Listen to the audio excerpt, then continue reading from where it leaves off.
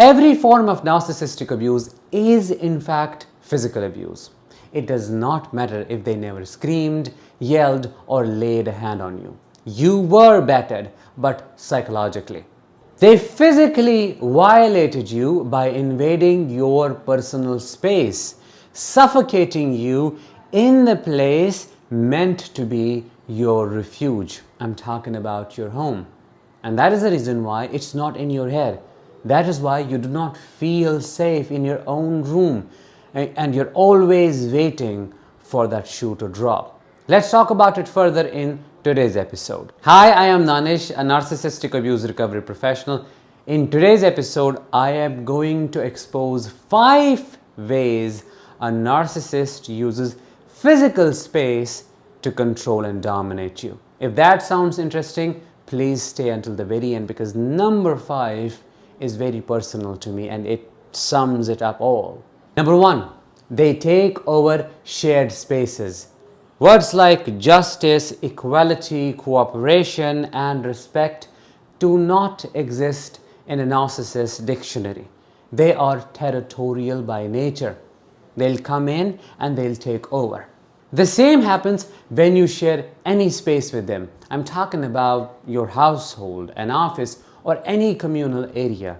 They come in like a strong destructive force. They see, oh, it's available, and they take over. Then they dictate how that space will be used. They set the rules non-consensually. For example, you let your narcissistic partner move into your apartment because they need a roof over their head. Instead of being grateful, they will almost instantly demand their private space. Where is my room? You will show them your room and say, that is our shared space. That is our word will be omitted and they will take over. They will throw out your stuff from your closet without asking. And they'll start placing their items. They won't ask you, what do I do with my shoes? What happens with my luggage? No. They will control, reshape the environment, and then will justify it as this is a better way. This is a minimalistic way. This is how you deal with stuff.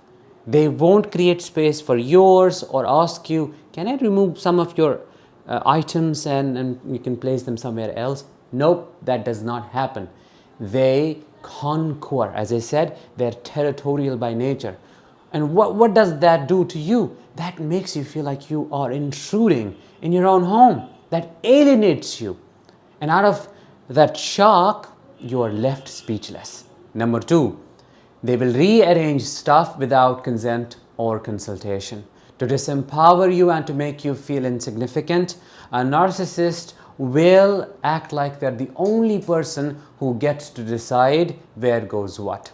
For example, in the kitchen, they don't ever cook, but they will decide where boxes will be placed, where pulses will be placed, what happens with spices. They will tell you what to do and what not to do. It doesn't only stop with your kitchen, it goes to your laundry, it goes to books.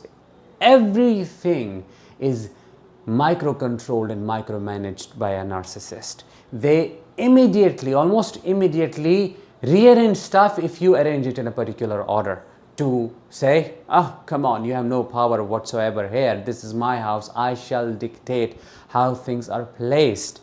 What does that do to you? That makes you feel powerless. That makes you feel like you don't exist or you do not matter or you do not have a say in your own house. That makes you feel like you are living with a parent who is authoritarian, who only knows to control. There is no if or but. There is only yes. That is what they think. I will tell you how things will happen and your job is to nod your head and say, yes, Papa, yes, Mommy.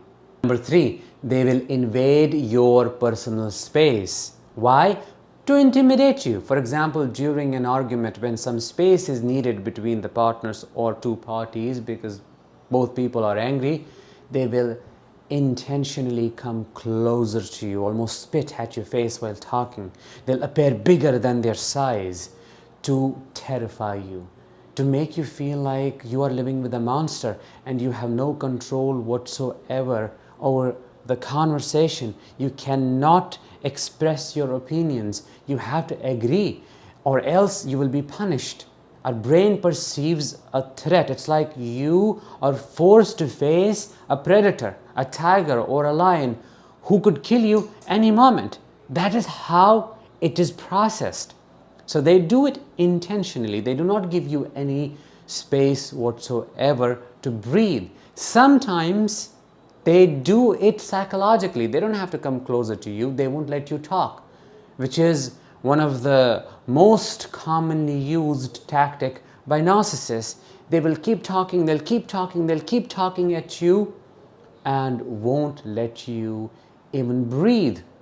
They just want to be the only person who says what needs to be said because they know right from wrong. This invasion isn't just about proximity, it's a psychological assertion of power, making the victim feel overwhelmed without needing to say a word. Number 4, narcissists withhold access to certain areas in a shared space. They do it in the name of, oh, I'm creating my physical boundaries. This room is off limits. It's for my office, it's for my stuff, it's for my work. I need to rest and relax here. And you're never allowed to enter that space at all. And guess what? That room where they spend their most time, that place is filled with darkness. It's always dark, it's dense. You can cut it with a knife. That is the thickness of the air. You can't go there and feel relaxed. That's also one of the many reasons why I think these are demon-possessed beings. This exclusionary tactic destabilizes you. Why? Because you feel devalued, especially in the early stages of the relationship, and you can't understand what's going on. It's not about boundaries, no. It's about keeping you off limits. You're not allowed to clean the room. You cannot knock on the door. Why? You're confused. When you're holding the image of the nice guy narcissist in your head, oh, I feel in love with such a nice person, man or woman. Who is this? And why this kind of division? It makes you feel like you don't matter in the house that you may have bought with your money. Number 5 and the last one, a narcissist will force major environmental changes on you. You won't have a say. They will take unilateral decisions such as redecorating or repainting the entire house. Worst case scenario, they'll sell houses and you will be on the move always. That happened to me. That used to be the theme in my childhood. I never felt settled in one home because they would always talk about, we need to sell this off, we need to sell this off. Then people would come to check the house and I would expect a sudden change that I wouldn't be prepared for, and the idea would be dropped. Then all of a sudden, sold, moved to the next place. We never had peace, and that's why it felt alien. Nothing or nowhere felt safe. The place of settlement always kept changing. Why? Well, different reasons. For my father, it was leveraging the upside, more land, more money. What about your children's stability? I don't give a damn. My mother was psychotic.